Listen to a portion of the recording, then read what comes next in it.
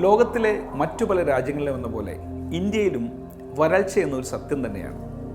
കേരളത്തിൽ താമസിക്കുന്ന നമുക്കതിൻ്റെ ഭീകരതകൾ അനുഭവിക്കേണ്ടി വന്നിട്ടില്ലെങ്കിലും വടക്കേ ഇന്ത്യയിലെ പലയിടത്തും ആളുകൾ ഇപ്പോഴും വെള്ളത്തിനായി കിലോമീറ്ററുകൾ താണ്ടേണ്ട അവസ്ഥയാണ്.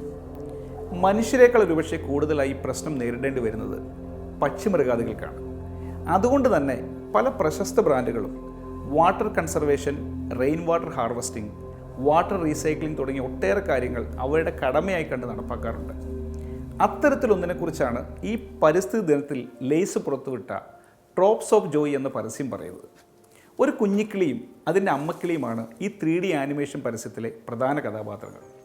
ഒരു പൈപ്പിൽ നിന്നുള്ള അവസാനത്തുള്ള വെള്ളം കുടിക്കാനുള്ള ശ്രമവും പരാജയപ്പെട്ട് സങ്കടത്തോടെ ഇരിക്കുന്ന കുഞ്ഞിക്കിളിയെ അമ്മക്കിളി ആശ്വസിപ്പിക്കുന്നിടത്താണ് പരസ്യം തുടങ്ങുന്നത്. പെട്ടെന്നവർ കുറേ കിളികൾ കൂട്ടം കൂട്ടമായി പറന്നു പോകുന്നത് ശ്രദ്ധിക്കുന്നു. അവരുടെ കൂട്ടത്തിൽ ചേർന്ന് പറക്കുന്ന അമ്മക്കിളിയും കുഞ്ഞും എത്തിച്ചേരുന്നത് ഒരു ലേസ് ഫാക്ടറിയിലേക്കാണ്.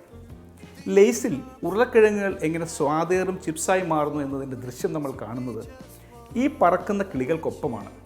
അതോടൊപ്പം തന്നെ ഉരുളക്കിഴങ്ങുകൾ കഴുകി സ്ലൈസ് ചെയ്ത് ഫ്രൈ ചെയ്യുന്നതോടെ അതിലടങ്ങിയ വെള്ളം ആവിയാക്കി മാറ്റി അത് തണുപ്പിച്ച് വീണ്ടും വെള്ളമാക്കി എങ്ങനെയാണ് ലേസ് പ്രകൃതിയിലെ സസ്യങ്ങൾക്കും പക്ഷിമൃഗാദികൾക്കും തിരികെ നൽകുന്നതെന്ന് കൂടി നമ്മൾ കാണുന്നു.